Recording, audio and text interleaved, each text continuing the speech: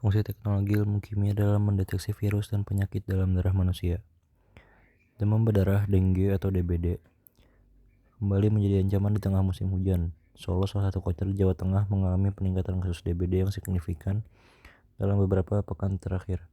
Hingga 29 Mei 2024, tercatat 8 orang meninggal dunia dan 1.116 orang terjangkit DBD di Solo. Angka ini menunjukkan peningkatan dibandingkan periode yang sama tahun lalu. Teknologi ilmu kimia memainkan peran fundamental dalam mendeteksi virus dan penyakit dalam darah manusia. Berbagai metode kimia dan teknik analitik telah dikembangkan untuk mengidentifikasi dan mengukur keberadaan virus, bakteri, patogen lainnya dalam sampel darah. Kemajuan ini telah berevolusi diagnosis, pemantauan, dan pengobatan penyakit menular, menyelamatkan nyawa dan meningkatkan kualitas hidup bagi jutaan orang di seluruh dunia. Penyakit DBD dapat dideteksi melalui beberapa metode, yaitu gejala klinis: demam tinggi selama 2-7 hari, nyeri kepala parah, nyeri otot dan sendi, ruam kulit, mual dan muntah, nyeri di belakang mata, pendarahan. Gejala-gejala ini tidak selalu muncul pada semua orang yang terinfeksi DBD. Jika Anda mengalami beberapa gejala di atas, sebaiknya segera periksakan ke dokter. Pemeriksaan fisik. Dokter akan melakukan pemeriksaan fisik untuk melihat tanda-tanda DBD, seperti demam, ruam kulit, pembekakan kelenjar getah bening, tanda-tanda dehidrasi. Peran ilmu kimia dalam pendeteksian penyakit DBD.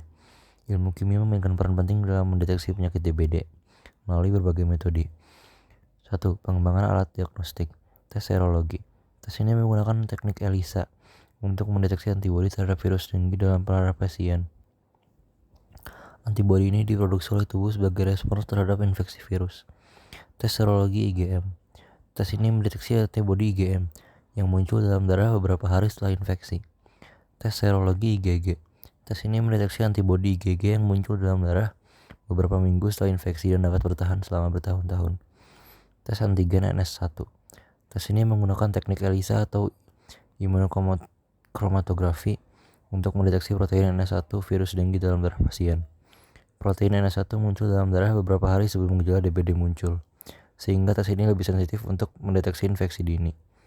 Tes RT-PCR.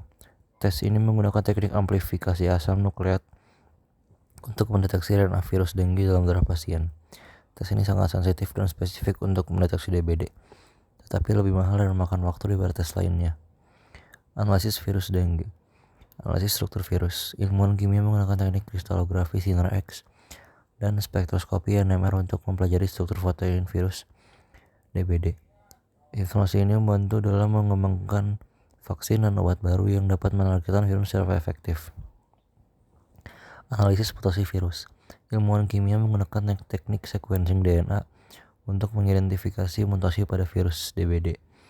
Informasi ini membantu dalam memahami bagaimana virus berevolusi dan bagaimana virus dapat resisten terhadap obat antivirus.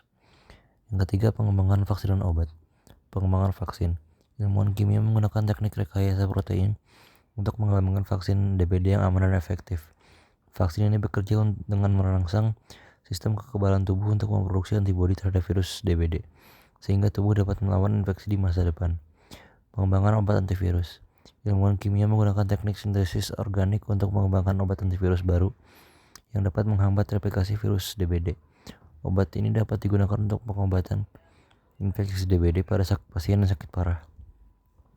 Yang keempat, pemantauan pasien. Tes viral load. Tes ini menggunakan teknik RT-PCR untuk mengukur jumlah virus DBD dalam darah pasien. Tes ini digunakan untuk memantau efektivitas pengobatan antivirus dan untuk memprediksi risiko komplikasi pada pasien yang terinfeksi virus. Kesimpulannya, di balik setiap terobosan ilmu pengetahuan, terukir keringat dan pengorbanan para ilmuwan sejak masa sekolah yang banyak teman lelah. Mari kita hargai dedikasi mereka dan jadikan inspirasi untuk terus berkarya dan berkontribusi demi kemajuan umat manusia. Ingatlah, setiap langkah kecil dalam menuntut ilmu dapat mengantarkan kita kepada penemuan besar yang mengubah dunia.